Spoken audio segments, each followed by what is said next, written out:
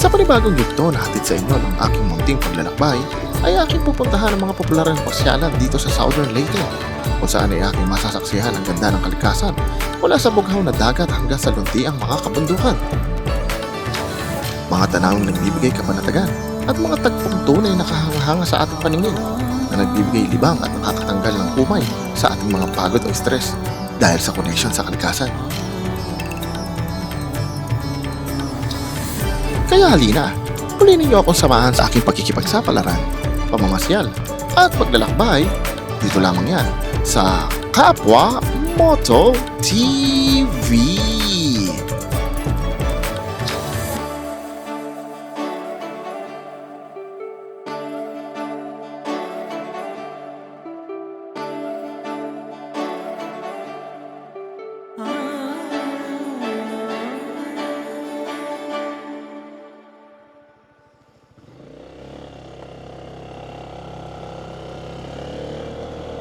Hello, good morning. So meron tayong rides ngayon, no? Ang oras natin is mag-aalas 7 na ng umaga. I think this is a short ride only, mga kakapwa. Bali, dalawa yung destination natin. Isa yung Tagbak and Kaningag National Park, parang ganon. So may layo lamang ito na less than 100 kilometers. So approximately mga 2 oras lang ang biyahe natin. But I think mga 3 hours dun sa pinaka-final destination natin, dahil dadaan pa tayo ng Tagbak. From here, San Juan Southern Leyte papunta ng Liloan, may total layo lang to na I think 80 kilometers. Alright, let's go!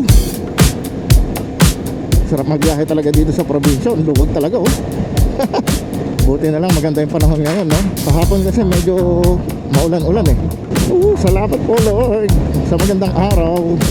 So malapit na tayo dito sa may sentro ng Kabalian. Alright, ilang minutes lang nakalipas at nandito na tayo sa may sentro ng Kabalian. Manaro lang tayo dito, no? Kasi medyo maraming sasakyan dito at saka pedestrian, marami. Napaka-iconic na tong bridge na to, no? Kulay orange kasi kaya kakaiba sa paningin eh. Ang susunod na bayan is St. Bernard. Dadaanan natin yan. Ganda ng mga kabundukan, no? Tingnan nyo naman. Anyway, nandito na tayo sa sentro ng St. Bernard. Mukha lang siyang malapit dahil dire-diretso yung ating biyahe. Alright, mura ng gas dito, 85 lang. Sa iba kasi hindi pa bumababa hanggang ngayon eh. Daming hams dito. Main road yata ito. Ganda ng bundok doon, no? Sa kabila. Woohoo! Pahawig ng Mount Kilang. Ang luwag ng kalsada, walang traffic, walang truck, walang mga private cars, tayo lang. O diba, probinsyang probinsya.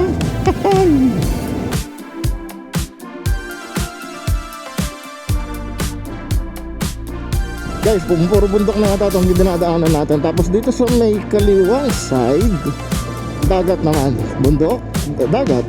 Uy! Mas mura dito! Puro bundok talaga yung dadaanan natin dito, no? Wow, sarap. Ito yung pangarap kong rides. Ingat lang kasi may mga pothole. Delikado sa gabi to. Kaya kahit maluwag ang kalsada, hindi ka pwede mag-racing dito. Tignan mo naman, oh. Oh. Diba? Grabe yung mga twisties dito. Tignan nyo. Oh. Nakaka-enjoy yung mga twisties dito eh, no? Yun nga lang, hindi ka makapagpatakbo na mabilis. Pero okay lang, enjoy naman. So ito, puro pababa naman to. So eto na. Liligo tayo dito sa kaliwa. Ang gulo naman ito, paano ba to? Sorry.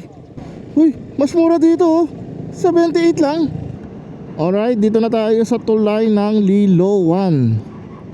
Mukhang nasa under construction tong tulay na to, no? Look at that ocean view. Asul na asul yung dagat. Daming bahay dito sa baba. Okay guys, lumagpas pala tayo. Dito pala tayo dapat tatawid dito sa Liloan, no?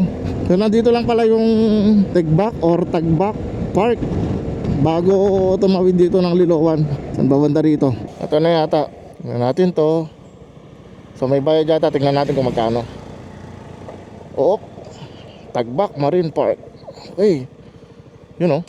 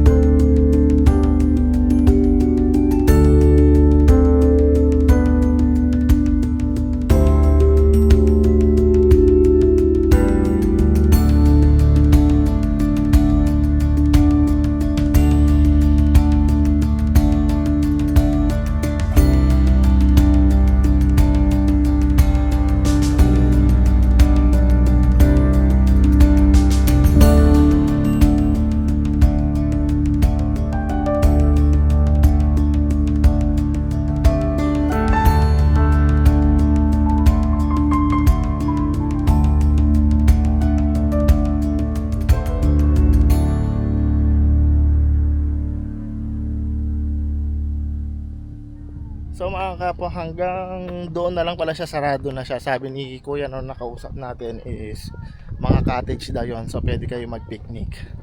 Ang rent daw ng per bubong is 1.5 sabi niya. Pero that's a good enough na para sa mga gusto lang mag-picnic and also sa mga gusto mag-banding. Well, napakaganda ng lugar na to, especially pagka weekdays kayo pumunta.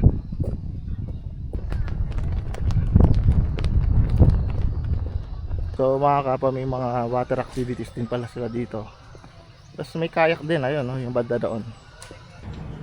So ito yung mga fees nila dito. 20 entrance fee, environmental fee, cottage 1.5, tama yung sinabi ni kuya. Snorkeling 100. Ano ba to? Wall or wall? E-shark interaction. So meron din dito 250, 30 minutes. Alright mga kapwa, so umalis na tayo dito sa may Tagbak Marine Park. Ang oras natin is 8:45 na. Dito tayo ulit, tatawid tayo ulit ng Liloan Bridge. Nasa Liloan na tayo, ito na yata yung sentro ng Liloan mga kapwa. Kasi may 7-Eleven, may mall. Ang ganda ng mga kalsadahan talaga dito sa mga probinsya no? Kaya ang sarap magmotor dito. Tingnan nyo naman oh, yehey.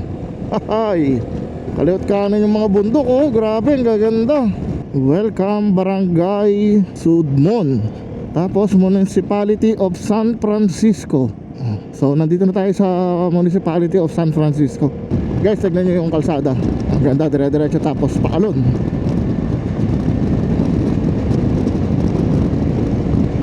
Dire-diretso lang to, sarap rumatrat dito Islands in the stream, this is what we are. No one in the street. Ganda wow, ganda. Tapos may bundok dun ewan ko kung kita sa camera pero napakaganda. Wow, ganda naman dito.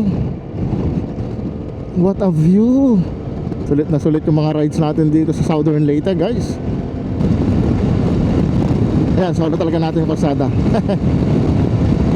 Sarap naman bumakbak dito Naku, wag naman po sana, nakapakadilim ng langit doon Yun na, sabi ko na nga ba Naku naman. Bilisan natin. Naulan na tayo. Napatay na tayo ng ulan dito. Oy. Alright. Ay, nako. Silang.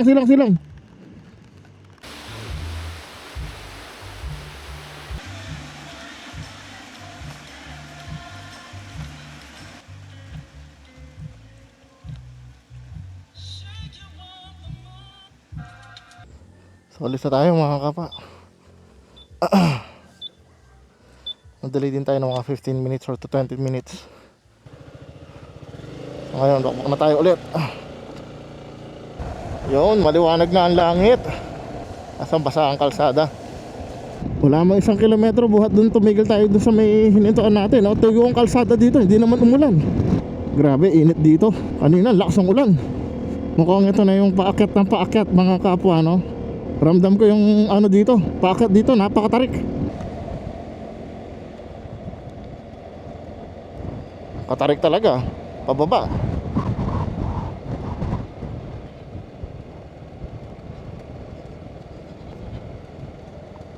Sikong-siko.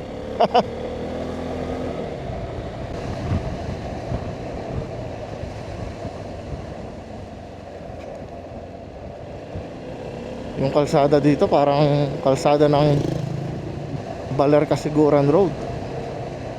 Diliko daw tayo dito sa may kaliwa. Tapos doon sa 750 meters kakaliwa din tayo ulit.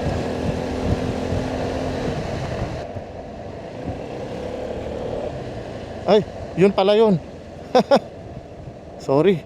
Ang ganda kasi ng kalsada dito kaya dumiretso ako. Oo, masyado nga. Ayan, dito daw. Yun, this way to Mount Kaningag. Sarap naman dito. Presko. Medyo pangit lang yung kalsada pero okay lang. Ang ganda dito, grabe. Okay naman yung kalsada no? I think kahit sedan kayang pumasok dito. Di rin gaano katarikan yung daan. Mas lumapad pa yung kalsada dito. Bulawan. Puro huni lang ng ibon yung naririnig ko eh. Tsaka ang ingay ng motor ko. Welcome Barangay Buena Vista.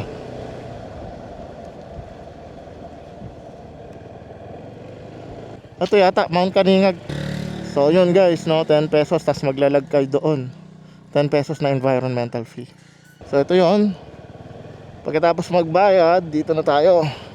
So may 1.3 kilometers pa yung layo niya magsimula doon sa may gate papunta dito sa may Mount Kaningag Resort. Ganda oh. Oh. Dito muna tayo. Tingnan mo, ganda. Grabe ang ganda. Saan natin to? Nakaka-relax, grabe.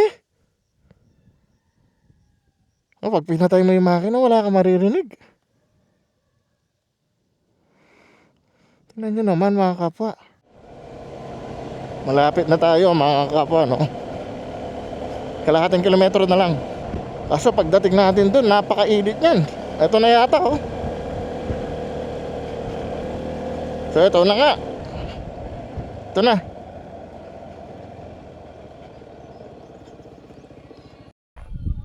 Grabe, alas 10:30. Napakainit.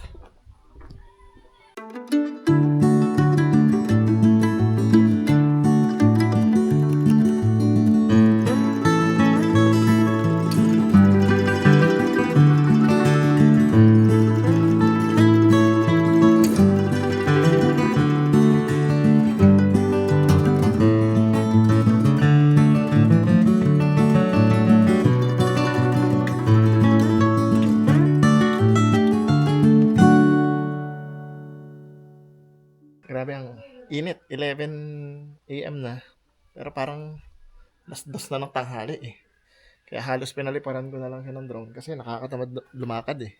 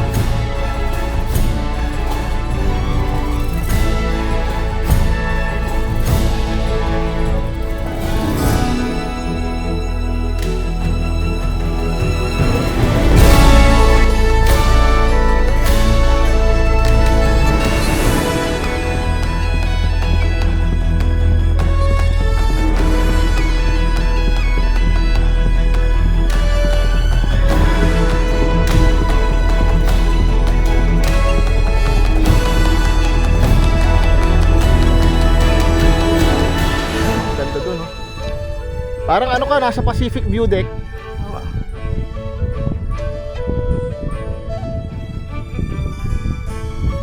Ganda dito. Ano, puro kamundukan.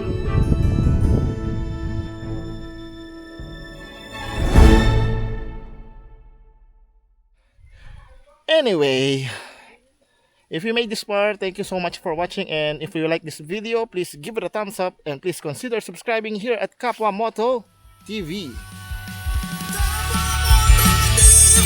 Sabi ko